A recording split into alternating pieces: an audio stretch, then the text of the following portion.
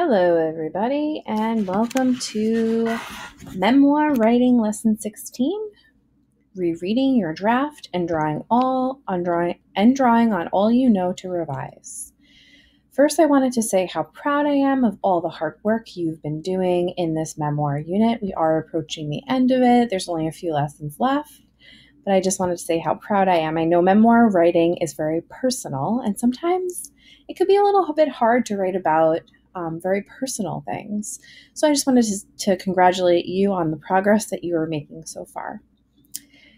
Today, we are going to be readers and reread our drafts, seeing them in a new way. The hard work you do as a writer needs to change as you work through the writing process, and this often involves moving from the role of writer to the role of reader of writing. Today, I want to teach you how to do that special sort of reading writers do when they read their own writing. So now it's time to switch roles. We are going to take a step back out of being the writer and take a step into being the reader. So when you reread your writing, here are some things that I want you to ask yourself, and I want you to talk back to yourself. You might say, what is the meaning of this writing? Is it clear to the reader? Or does this part need more explanation?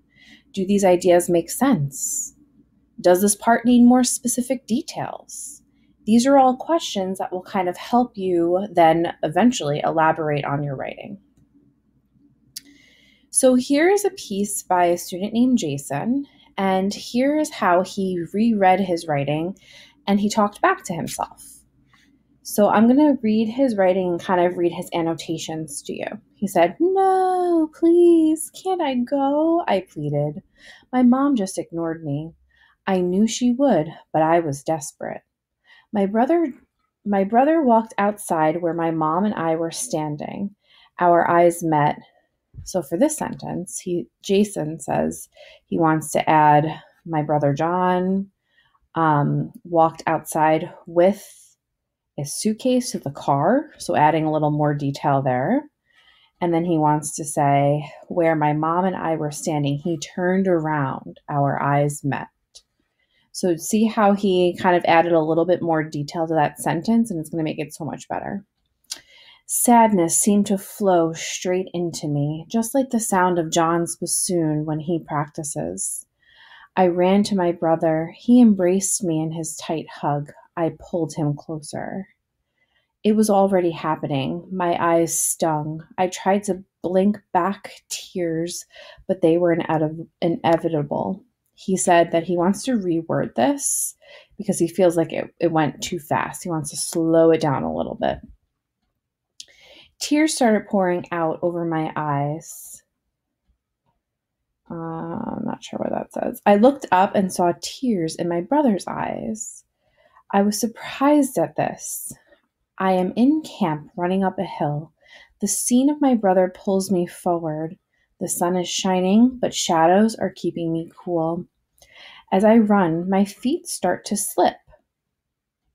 When I look up, my brother is at the top of the hill. He opens his arms. I am happy, and a smile spreads across my face. Tears almost pour out, but I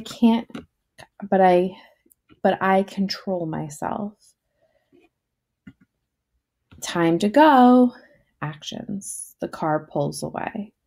So notice how as Jason read his writing, he kind of annotated some places where he thought that he needed a little bit more too. And here's how then eventually he revised his piece. My brother came outside with one last suitcase in his hand. He crammed it into the back of my mom's car with all the others.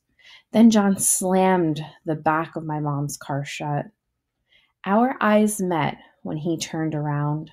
Sadness flew straight into me, as clear as the mournful sound of John's bassoon. My brother hugged me. I pulled him closer. I'm going to miss you badly, he said. I will too, I managed to squeak out. My voice was hoarse. It was already happening. My eyes brimmed. I tried to blink back tears. They wouldn't stop. Tears started pouring from my eyes. It reminded me of when I was playing basketball and I fell. Pain throbbed through my arm. John came and took me to the hospital. With John there, I felt safer, calmer, less scared. It reminded me of when I was in camp and I hadn't gotten a letter for days, and loneliness was starting to haunt me.